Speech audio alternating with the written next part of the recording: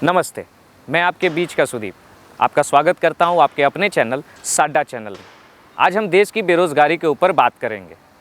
हमारे देश भारत में अगर आज किसी चीज़ की सबसे ज़्यादा ज़रूरत है तो वो रोज़गार की है, और सबसे ज़्यादा किसी चीज़ की कमी है तो रोज़गार की ही है।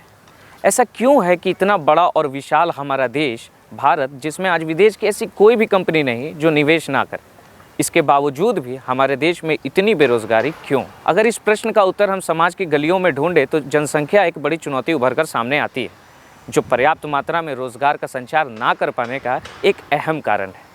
मगर क्या यह सच है? शायद, पर मुझे भी ऐसा पहले लगता था कि बढ़ती हुई बेरोजगारी का कारण एकमात्र जनसंख्या है। मगर कुछ जानने और समझने के बाद मैं इस नतीजे पर पहुंचा कि नहीं, बढ़ती हुई बेरोजगारी का कारण एकमात्र जनसंख्या तो नहीं है, बल्कि हमारे समाज की कुछ छोटी छोटी बातें हैं और कुछ सोच हैं जो हमें ये सोचने पर मजबूर करती है कि हम मेहनत तो करते हैं, रोज़गार है कि मिलता नहीं। क्या करें, प्रतियोगिता जो बहुत है। ऐसा कहकर हम अपने आप को बेरोज़गारी की संख्या में शामिल कर लेते हैं। हमारे देश भारत में कुल 3 श्रेणियाँ हैं रोज़गार के: खेती, निजी कंपनी और सरकारी संस्था।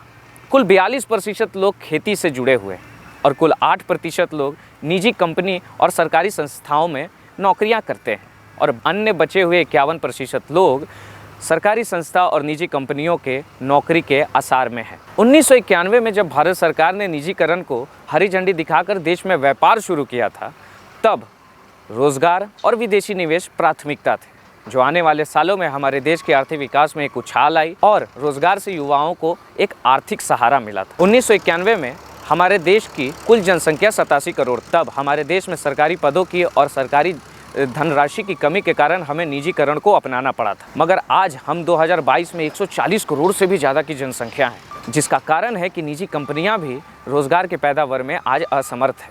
इस विफलता से निजी कंपनियों में भी एक भारी रोजगार की गिरावट देखी गई है और पहले से लगी हुई नौकरी भी खतरे में दिख रही है। इस सच को जानने के बाद हम इसे मुंह नहीं मोड़ सकते कि आने वाले कुछ दिनों या सालों में हमारे देश भारत में एक आपातकालीन स्थिति रोजगार को लेकर हो सकती है। उसके साथ साथ एक आपातकालीन स्थिति आर्थिक व्यवस्था को लेकर भी हो सकती है।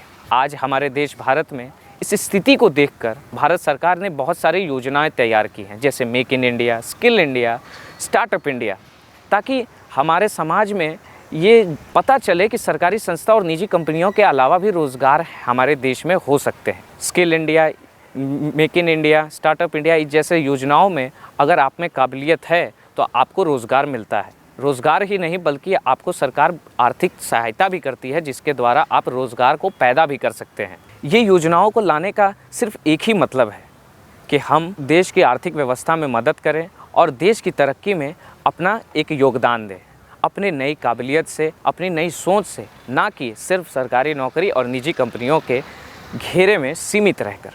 इस योजनाओं के बारे में और भी आपसे आगे बात करेंगे। तब तक के लिए मैं आपसे इजाज़त चाहूँगा। नमस्कार।